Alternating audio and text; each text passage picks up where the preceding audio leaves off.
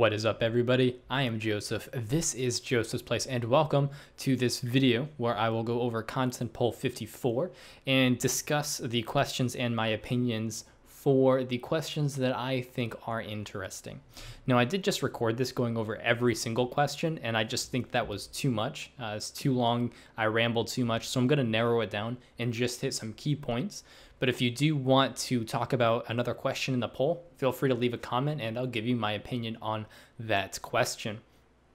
But I just have like 3 or 4 picked out here that I wanted to talk about real quick, make it a little bit shorter and more concise. So let's get started. So the first section I want to hit here is the improvements to free-to-play. So I'll hit all 4 of the questions because I do have some opinions about them. First one being, should Zamrock robes, the top and bottom, be added to the drop table for the monks of Zamrock? I am in favor of this change. I know some people are against making changes to free-to-play, but I am not one of those people. I enjoy having at least something to do as a free-to-play account. I remember back in 2006 or 7, I was free-to-play for quite a while before I eventually bought membership. I was like between 70 and 80 combat level with some decent stats.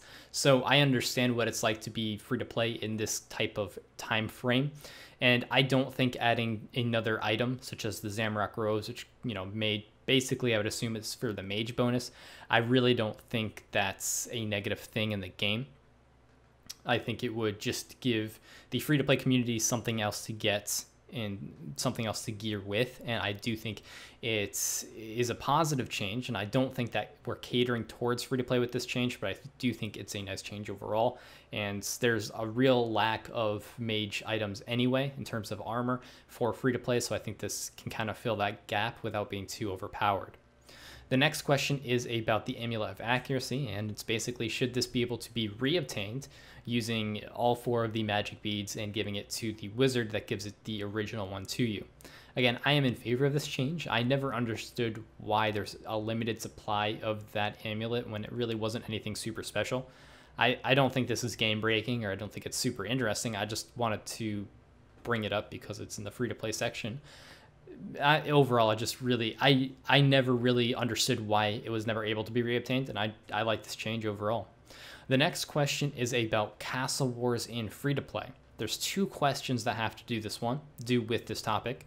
The first one is, should Castle Wars be made available to free-to-play players? And should the Halo rewards be available to free-to-play players? I actually have different answers for both of these. I do think the first question I would answer yes to. I would like to see Castle Wars in free-to-play areas, or for free-to-play people, but I would not like to see the Halos for free-to-play, and I do have a reasoning behind this. The problem that I see right now is I don't play Castle Wars, but from what I've seen and from what I understand from people who do play it, there's a problem with people either trolling or AFKing or just playing the game very, I don't want to say abusively, but just annoyingly, by placing barriers everywhere, making the game just not fun in general. And when you don't have those people, it's just basically a barrage and AoE fest. So I think adding Clan Wars to free-to-play gives free-to-play people something to do, gives them an activity to be a part of, and it keeps free-to-play from being overpowered or being full of all of the overpowered things that currently Castle Wars is by it being in free-to-play. But I don't think that the Halos should be rewards, because it will give maybe not a best in slot for everyone, but it gives a solid item, a head slot item for free-to-play, mainly peers, I would imagine, but it gives them something to grind the minigame for, and I think that's something that should be not emphasized with this Castle Wars release. I don't think that grind should be something that's implemented right off the bat by adding that item and adding an item that would be sought after, because then you just get people who AFK or who don't play the game and just are there for the tickets. And I think that's what would end up killing Castle Wars in free-to-play more than it just being a minigame to play for fun. I think having a minigame that just is something else for free-to-play people to do, and for members who want to play the game without all of those, without just a million AoE spells and freezes going off everywhere, I think that would be more active than having a free-to-play Castle Wars where there is an objective that needs to be ground for. I think that's the correct term. But I would like to see Castle Wars, in general, I would like to see Castle Wars in free-to-play, but I don't think that the Halos would be positive for the free-to-play community. Again, I'm not an expert, but that's just my opinion on what would happen. So that is all I have to say about the free-to-play changes. The next big ticket item I wanted to hit here is the binding spells, and this is probably the last big ticket item, one of the last big ticket items I'll hit on in this content poll. But basically they'll be adding a new entangle type spell called Shackle, which will last for 20 seconds, which is the same length as Ice Barrage, and will use 5 nature runes, 6 earth runes, and 6 water runes. So that's the first question of the poll. Should that be added to the game?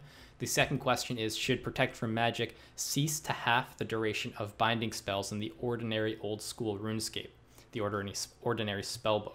This is the same change that was made for Deadman mode, and I think it's a positive change for the base game as well. And I also think that adding Shackle is good also. It gives a viable alternative to using Ancients. I don't play in Deadman mode, and I don't play a lot of PvP, but I do watch quite a bit of it. And in general, even on one-on-ones, 1v1s, you just see a lot of Ancients being used over a standard spellbook, especially in high-level PKing.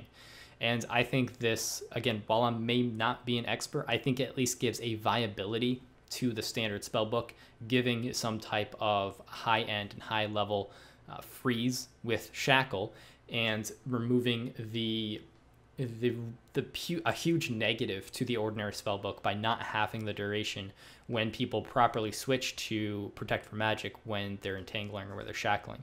So I think both of these in general are not overpowered, and I don't know if they'd even change the meta too much, but I like the changes in terms of just giving the ordinary spellbook making it a viable option in 1v1 PvP.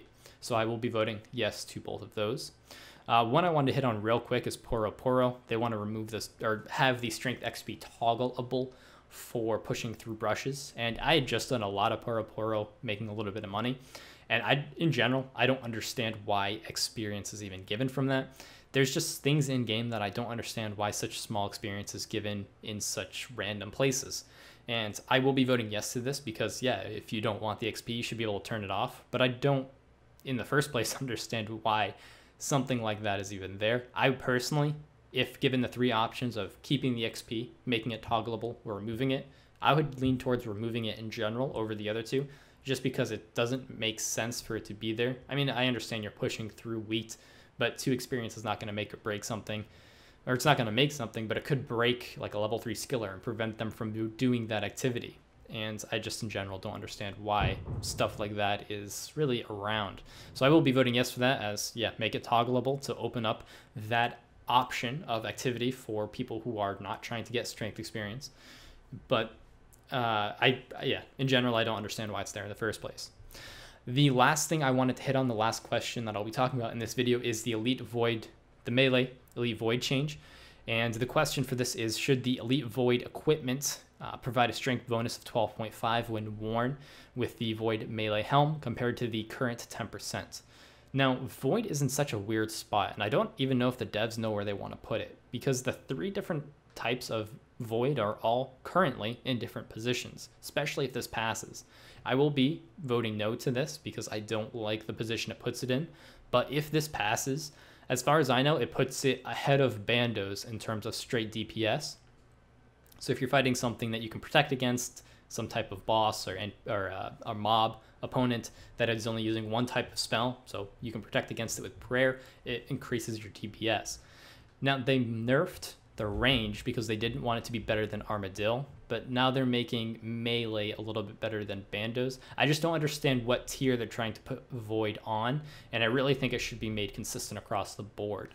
The change to the mage, while it was a buff, it wasn't a great one. It made it a little bit more viable, but not super viable. And now they're trying to put melee in a spot that the range was in, but they're taking range out of the spot it was in. So the tier placement of Void is just very weird right now, in my opinion. And I will be voting no to this because I don't think it should be put in that position. I think it's good where it is in general. I mean, I'm okay with the buff if it passes, but I would prefer to keep something such as Void Melee, which is free to get. I understand you need certain combat skills and diaries to get the elite, but it is in general, it's a free alternative to something like Bandos or Armadillo. So I like the position that range is in right now, where it has its niches where it's best in, but it's not just BIS across the board. So that's my opinion on the Void Melee change. And that wraps up this video. If you have any comments on any of the other questions or want to hear me talk about or type about the other questions, leave a comment below and I'll be sure to respond to you. But that is all I have for this video. If you do enjoy this style of video where I just go through a few of the questions and give my more in-depth opinion about them, I'll be sure to do more of these as more content polls get released. But that is all I have for this video. Again, I hope you guys enjoyed it, and I will see you next time.